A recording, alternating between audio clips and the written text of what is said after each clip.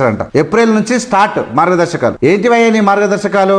ఏమున్నాయంటే మహాత్మా గాంధీ పేరు మార్చిండు, జీరామ్జీ అన్నట్టు పేరు తెచ్చిండు. దాని తర్వాత ఇంతకు మొదలు అందులో ఏమున్నాయంటే ఉద్యోగుల యొక్క జీతాలు, ఎవరైతే ఈ పనికార పథకానికి సంబంధించినటువంటి ఉద్యోగులు ఎవరైతే పనిచేస్తారో వాళ్ళందరి జీతాలు, వాళ్ళ యొక్క పాలన పరమైనటువంటివి, వాళ్ళ యొక్క అన్నిటికి సంబంధించినవి కూడా 85 to 90% కేంద్ర ప్రభుత్వం భరించేది, రాష్ట్ర ప్రభుత్వం 15 to 10% భరించేది. కానీ చేతగాని నరేంద్ర మోడీ చేతులు ఎత్తేసిండు. అంటే ఏముంది, రాదన్న పని రాజ పని.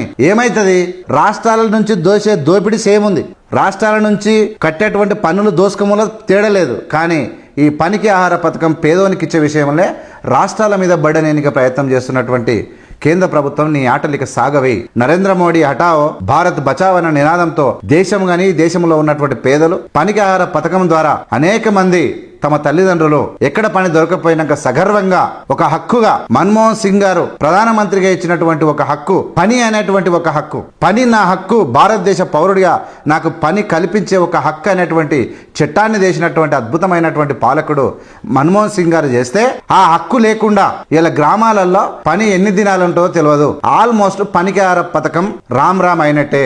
రాష్ట్ర ప్రభుత్వాలు 40% భరించే స్థితిలో లేవు. ఇలా అన్ని రాష్ట్రాలు అప్పుల్లో ఉన్నాయి, జీతాలు ఇవ్వలేని పరిస్థితిలో ఉన్నాయి. అలాంటి రాష్ట్ర ప్రభుత్వం మీద పనికి ఆహార పథకానికి సంబంధించి 45% బడ్డెన్ వేయడం ద్వారా ఇలా ఈ యొక్క పనికి ఆహార పథకాన్ని నడ్డి విరుస్తున్నట్టు నరేంద్ర మోడీ.